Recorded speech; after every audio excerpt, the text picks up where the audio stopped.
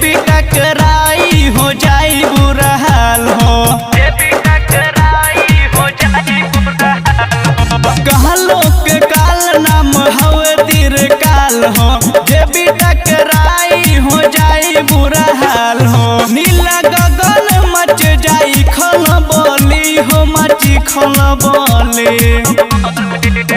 भोले बाबा के चलता या चली, भोले बाबा के चलता या चली।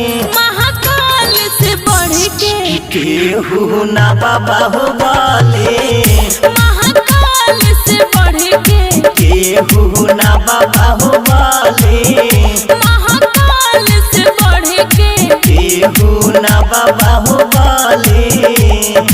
डीजे मिठू, डीजे मिठू, राजा पसंद। महाकाल से बढ़ के ना बाबा हो बोले। Recording studio Delhi. नाथ के नाथ भोलेनाथ त्रिपुरारी, बाबा चाही तो देही जिंदगी सवारी। जे भी बोलबो मैं बोली सुनी सुबह हो शाम, उनके गाने सुनीला हमें गहरल काम। भौसम भभूत धला दुख सब टली हो, दुख सब टले। भोले बाबा के चलता या चली, भोले बाबा के चलता या चली। महाकाल से बढ़ के केहू ना बाबा हो बोले, महाकाल से बढ़ के केहू ना बाबा हो बोले, महाकाल से बढ़ के केहू ना बाबा हो बोले।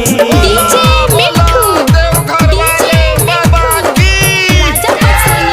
महाकाल से बढ़ के ना बाबा हो बोले। Recording studio Delhi. साहबुद्दीन सतिया सुनील कहनावा, उनके ही नामावा से चले सारा दुनिया। परवीन सुमन कहे बात जान ली हनी, बैजू बाबा के तन मन से मान ली हनी। देवघर के झुमका ले आइब तीन तले, ले आइब तीन तले। भोले बाबा के चलता या चली, भोले बाबा के चलता या चली।